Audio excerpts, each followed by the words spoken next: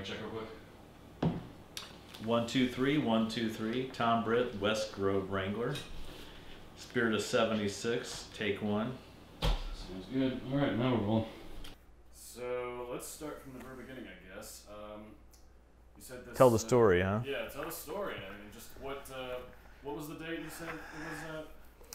Yeah, so it was the 1976 bicentennial year, and I remember it like it was yesterday. I was 10 years old. I was in 4th grade. My brother, Kevin, was actually in 1st grade. He had Mrs. Hughes, and I had Mrs. Cotton. And there was just a lot of excitement around the bicentennial of that year. Our principal, Mr. Breuer, he wanted to make sure everybody was a part of the spirit, so he got all the students of West Grove to be a part of the history, and so we did this time capsule in 1976 and put it in the ground. Well, I would have, and not too often, but some teacher meetings where I would get people's different ideas from grade level and even total staff and say, okay, what do we want to do different? Are there things? And of course, I think it came up, and I'm not sure who said, okay, this being a bicentennial year, are we going to make a big flag? What are we going to do to recognize it being a bicentennial year? And I think out of just throwing those kind of things around, somebody said, well, let's do our own time capsule here. And I'm sure there's other places that probably did time capsules too. And so that to recognize the U.S. and the flag and everything as far as it being that time period. I mean, I remember like it was yesterday. It was May 20th, 1976. It was a warm May day. It was right at the end of school. And we all went out to the front yard of the school, and Herbie Coffey and Todd Johnson, Keith Wright, and Scott Brown. Those 4 had actually dug the hole, and they were waiting out there for us, and obviously the time capsule was out there as well. And all I remember is we sang some songs, and it was like an agenda for the day.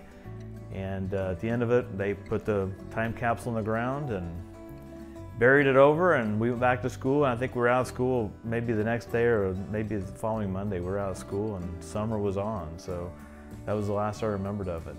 And they say, okay, when we're going to dig it up, and I don't know, maybe it was my idea, I don't remember for sure. That, okay, let's get everybody back in 2000, that's 24 years down the road.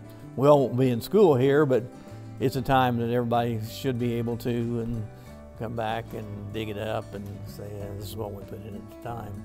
So 24 years later, so 2000 rolls around, and Mr. Breuer is still the principal at West Grove Elementary.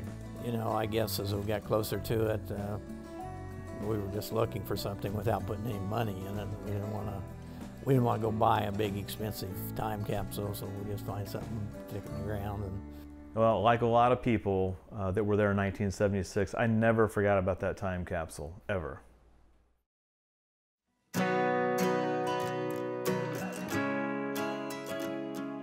Well, I hate to say this, but I actually had a dream about it. Just last October, I woke up in the middle of the night, had this dream that we had the time capsule, we dug it up. Mr. Breuer was in my dream. We all came back to school, and we were passing things out, and it was just a great day. And I remember waking up from this dream at like 3:30 in the morning, and I was like, it was almost like I found something that I've forgotten about. And I went downstairs at 3:30 in the morning, and I went to Google, and I Googled West Grove time capsule 1976.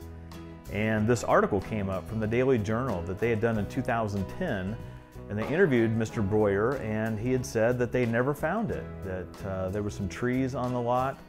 He had referenced the trees about where this was. The trees were cut down. They never found the time capsule. so I thought, well, we'll go over to the water company and get their probing rods. And so we got several probing rods and several staff and other people, even I think some kids, we went out there and tried probing it. But the probing rods were real small, and if you missed it a half an inch, you missed it. And so we probed around quite a bit, and we didn't find it. And so in 2000, I thought, well, I don't know. I don't know what to tell people other than the fact that the last day of school, we were going to dig it up on July the 4th, but there's no reason to come back July 4th and we can't find it. I posted on Facebook. I took the story, I posted it on Facebook, and there's a group called Center Grove Memories, which I'm involved in, and I just posted out there and said, hey, you know, it's kind of half joking, that will help me try to find this time capsule. But when someone mentioned EPR, which stands for Earth Penetrating Radar, I thought, you know, maybe this thing has some legs. So within a few hours, the comment thread has 60 comments on this story. And so I knew I wasn't alone in wanting to try to find that time capsule. I picked up the phone, I called Southland Church. And that was kind of an interesting conversation. Hey, I'm Tom Britt and I want to dig up your front yard. That's kind of how the conversation went. But I spoke to a guy named Kerry Huffman, and after a short pause, he said, well, sure, we'll help you any way we can. Oh, I was excited. I thought, what a great thing to bring the community in and get a little bit of our history. We have so many people that stop by here, alumni from West Grove, wanting to see the building. And so one of my first thoughts was, oh, this is awesome, because so many people are so interested in the history of this building and how everything, you know, where everything was that used to be here and all that. It was Kerry who actually gave me the phone number from Mr. Breuer. And so I called him, and actually just talking to him on the phone brought back a lot of memories. Just hearing his voice after all these years. I told him my name is Tom Britt, told him I was up to, and he said, oh yeah, Tommy, I'd love to help you. So he immediately snapped into my childhood name of Tommy with no effort at all. I told him I wanted to find the time capsule the following Tuesday, and he said he'd meet me up there, so we had our date. We're going to unearth this thing on that Tuesday. I was beyond excited, not only to get the time capsule, but actually to see Mr. Breuer again. It was kind of cool.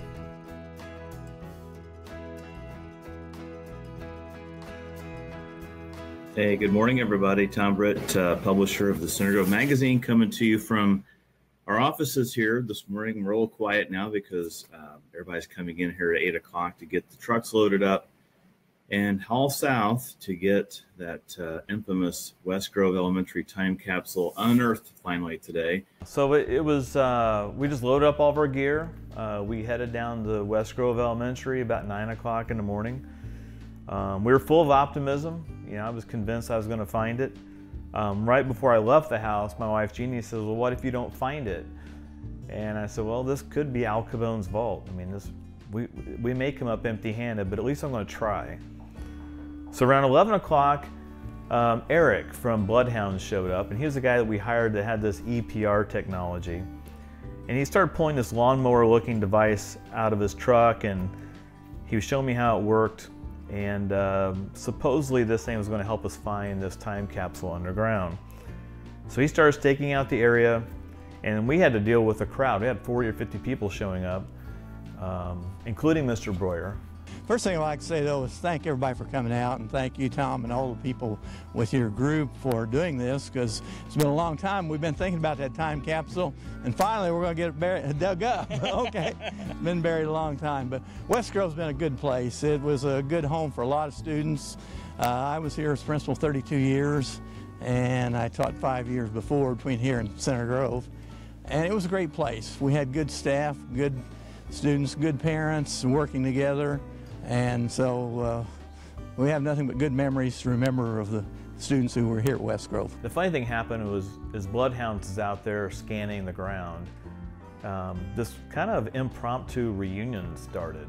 We had teachers, we had former students, we had parents of students that came through West Grove Elementary, neighbors that just came by and were seeing this thing on Facebook.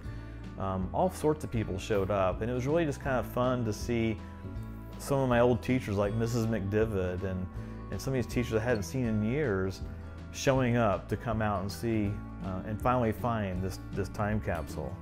It was kind of a big deal, and you can think today, well, gee, what's the big deal about this? And I think the fact is it's not so much a time capsule, even though it is a time capsule, but the fact people were able to get together and associate and remember times, and I think that history is good when people can relate to what they were doing and things going on well. Like a foundation, that you know of? Maybe for like a construction trailer or something that would have sat out here at some point? Not back then. No, it wouldn't necessarily have been back then, just sometime in the last... I'm seeing something back over here, and I'd feel better if I knew, if I could explain what was causing it. Well, at first it was a couple hours. I mean, this guy was scanning for bloodhounds for at least a few hours. Most people went to their cars. It was kind of chilly that day, so most people went to their cars. Other people, the teachers, Mr. Breuer, a lot of them went to lunch over in Smith Valley. I told them we'd text them if we found anything. And finally, it was about 1:15. Everybody had been gone for about an hour. We're kind of out there by ourselves. And Eric from Bloodhounds found something. Tom Britt coming back to you live from West Grove Elementary. And believe it or not, I think we found it. We hit something about a foot below the surface. So we got all the teachers to come back. The cameras are rolling. Jack Russell, who's the president of the Center Grove School Board, he comes out. We hand him a shovel and he starts digging.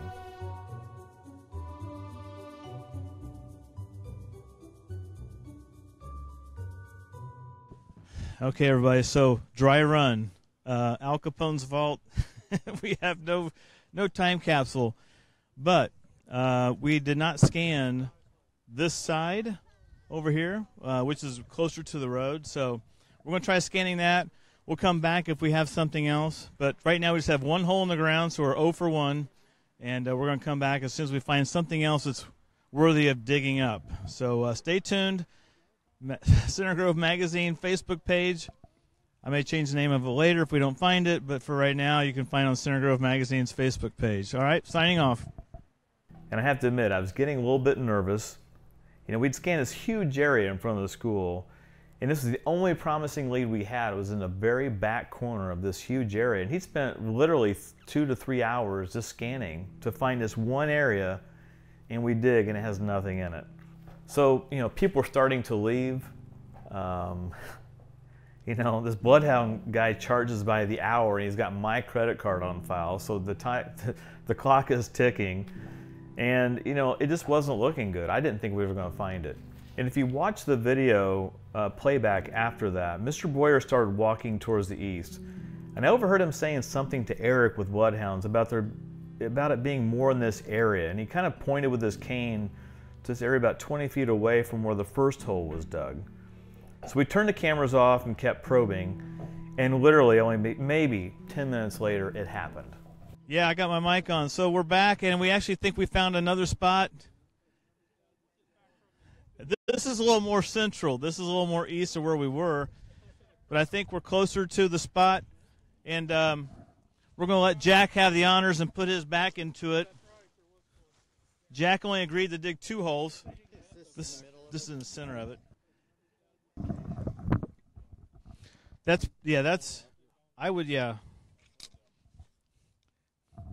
This is the spot where Mr. Breuer remembers it being as well. So Jack Russell started digging. He got some assistance from one of our spectators. Actually, Kerry Huffman came over and started lending a hand on the shovel as well. So we had 2 shovels digging. They were digging furiously, and we just kept getting deeper and deeper with nothing to show for it. There were several times during that Facebook Live video that I thought to myself, another dry run, we're not going to find it. In the back of my mind, I was thinking, we may never find this thing. But then it was that moment we saw something. That something was black plastic. And they cleared it out more, and it came obvious very quickly that it was the time capsule. There it is, that's plastic, that's it. That's plastic. I remember looking up at Jennifer from the Center Grove Education Foundation, probably with the biggest smile she's ever seen. I said, we found it. We're pretty confident we're hitting something that's wrapped in plastic about 2 feet below the earth.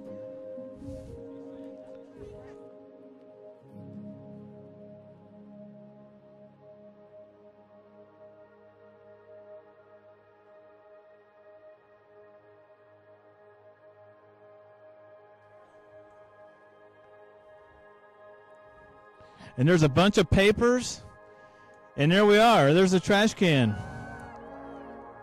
So Jack reached down and he pulled the lid off, which solved the mystery about when we're going to open the time capsule. There's a lot of people saying we open the time capsule months down the road. Well, it got open in the hole because we couldn't get the thing out without taking the lid off of it.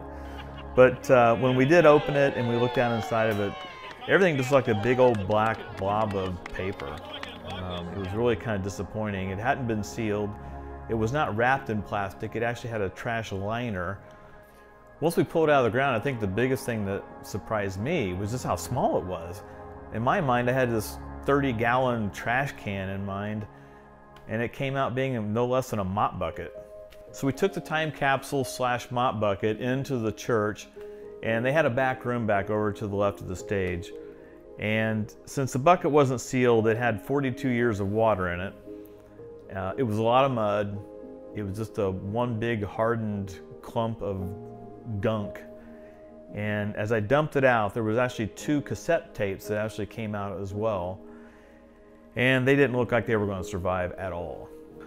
Well, I gave our chances 1 in 10 that we'd be able to salvage anything out of it. I started contacting museums. I contacted Historical Society. Really, nobody had any advice for me other than just let them dry out and good luck. You know, to me, the thrill of finding it, the kind of the closure of knowing that we have it, that was the real treasure. That and getting to reconnect with everybody I hadn't seen in years. That was really the treasure. So we got something out of it. Beyond that, it was just a bonus at this point.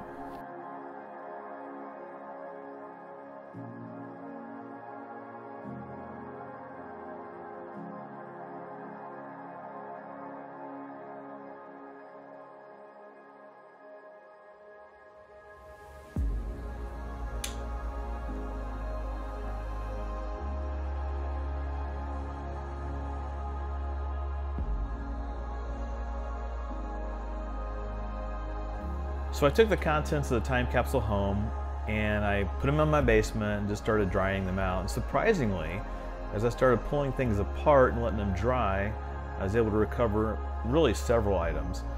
There were letters, there were drawings, photos, greeting cards kids wrote to themselves to the open in year 2000, all kinds of stuff in here that we were actually able to pull out. The first group of papers I pulled out was actually from Mrs. Hughes' class, a first grade teacher that my brother had. And actually I found my brother's letter, which really got me excited that I might find my own. It says, "When this capsule is dug up, I won't be around to see it. But maybe I'll be remembered by someone in the audience who I had in the first grade. I've taught 17 years in Center Grove system and enjoyed every minute as well as every child. My teaching experience at the close of this year, number 37.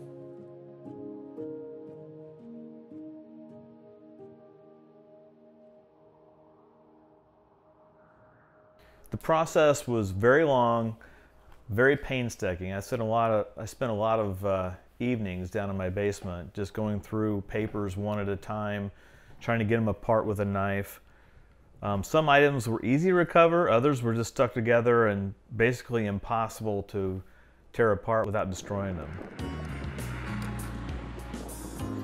After a few months of going through this, I had a pretty good Tupperware collection of papers. So I drove down to Mr. Breuer's house in Mooresville to share with him what I had found and also meet his wife Peggy, who I'd never met. He was pleasantly surprised to see how many letters we were able to be salvaged from the 42-year-old time capsule. And he told stories about West Grove Elementary, and believe it or not, as we started pulling the names, or started pulling the letters out of that Tupperware, he remembered almost every kid's name and almost every kid's family that he pulled out, which is really surprising. People being together there and relating back and see this is going to carry on to their kids and their grandkids. They're going to say, hey, you know, here was something about that school.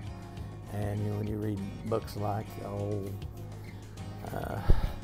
Little House on the Prairie and Little House in the Big Woods, here's the thing that the people were working together on, and it's not just as one person doing it, but it's a community thing. And that's what I'd like for West Grove to be remembered. It was a community of people knowing one another and out there helping one another. You know, as for the time capsule, I never found my letter. I don't think I had a letter in it. It was all part of that unsalvageable pile of papers that I just never could get apart.